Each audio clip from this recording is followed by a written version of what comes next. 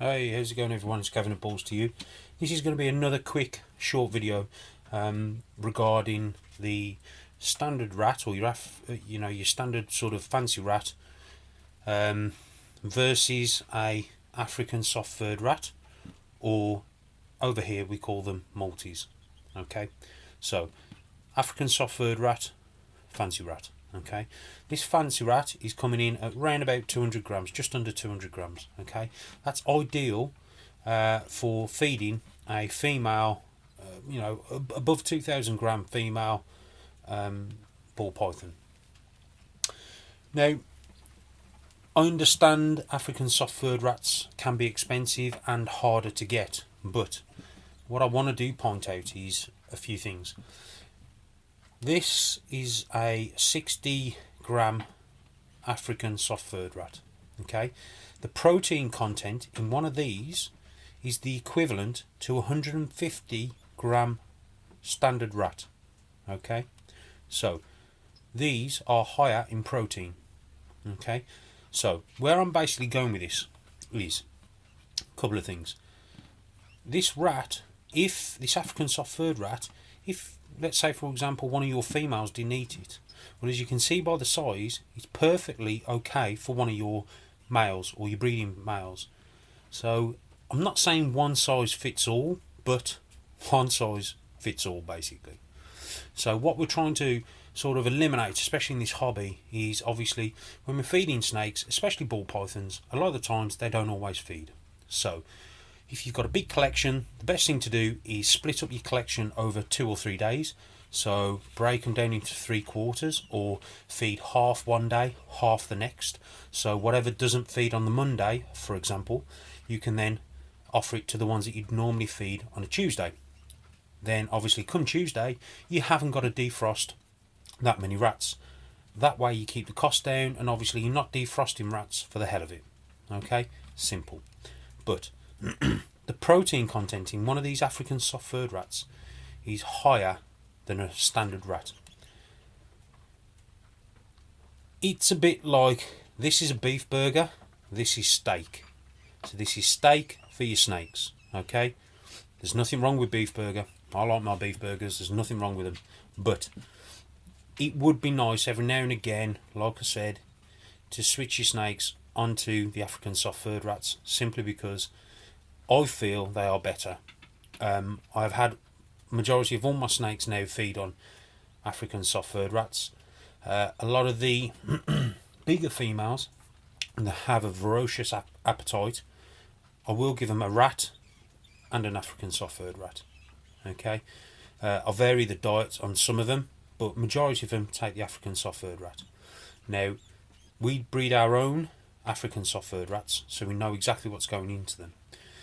We never really have a major issue with feeding, other than your standard issues regarding, going off food, regarding breeding season, etc., etc. So what we've also noticed as well, when they eat an African soft-furred rat, they tend not to poo so much, simply because they're taking that African soft-furred rat, absorbing more of that rat, rather than taking what they need and then pooing it out, which they tend to do on this. With these standard rats, they tend to poo once a week. Okay, I can tell you from all the snakes that we have here, when we feed an African soft-furred rat, it does stay in their system for around about 2 weeks. Okay, so they're actually taking more from that rat than they are from this rat.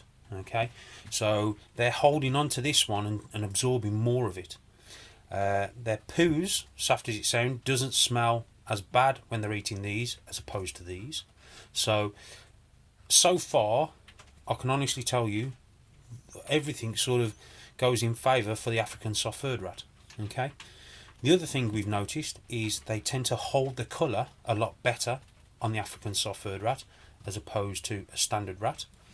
There are rumours that a snake that is fed on African soft-furred rats actually breeds better. I'm not too sure. I'm not saying that they don't or that they do, but all I can tell you is they seem to thrive, grow and feed a lot better on an African soft-furred rat, which, let's face it, it is native to their country, so it's ideal for their diet. I understand the African soft-furred rat is more expensive and harder to get hold of, but guys, if you can get yourself a breeding colony and you can actually produce these yourself, really cheap, really easy, and it will save a lot of time and money trying to source these guys as opposed to growing your own. Okay, not only that, obviously you know what's going into them. Okay, you know what, it's the old saying, you know, you get out what you put in. So if you put, excuse the pun, crap rodents into your snakes, you're going to get crap. Okay, now I can only go off what we've seen here and what we do and how we do things. Again guys, I'm not saying feeding your snakes these sort of rats is bad, guys, I'm not saying that. What I'm sort of saying is this guy for me wins hands down over this one. Like I said, we do feed these ones every now and again just to vary the diet, mainly to the bigger girls, the ones with a ferocious appetite, but these are the ones that I feel are more fulfilling for your animals. Certainly hatchlings grow super fast on African soft-furred rats or Maltese. I've got babies or hatchlings which are less than 4 months old and they are touching the 400 gram mark, and they're fed on African soft-furred rats. Not big ones, just the right size for the snake, but because they absorb more of it, they grow a lot better. Again guys, this is my observation. Okay, so there's nothing wrong with these, but I just prefer these, and all I can tell you is from feeding both over the years, this one for me just wins hands down. You're doing less cleaning, like I said, it doesn't smell so bad. Okay, I tend to find as well, they tend to eat, you know, they tend to not turn these down as opposed to these. And again, that size of rodent, you know, if your female's being a bit picky or your male's being a bit picky, that rat, that African soft-furred rat will fit majority of your snakes in your collection. Whereas this one, you know, you can only really feed that to one of your bigger girls or one of your bigger snakes, as opposed to this one. So again guys, a couple of top tips there.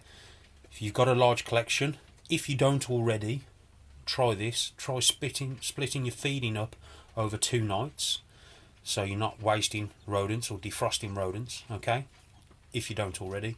And not only that guys, if you do have one snake that's a bit picky, or you know, he's on mice and you can't seem to get it over onto the rat, do persevere and get yourself some African soft-furred rats, because trust me, they will eat them like they're going out of fashion. Okay guys, thanks for watching, hope this helps.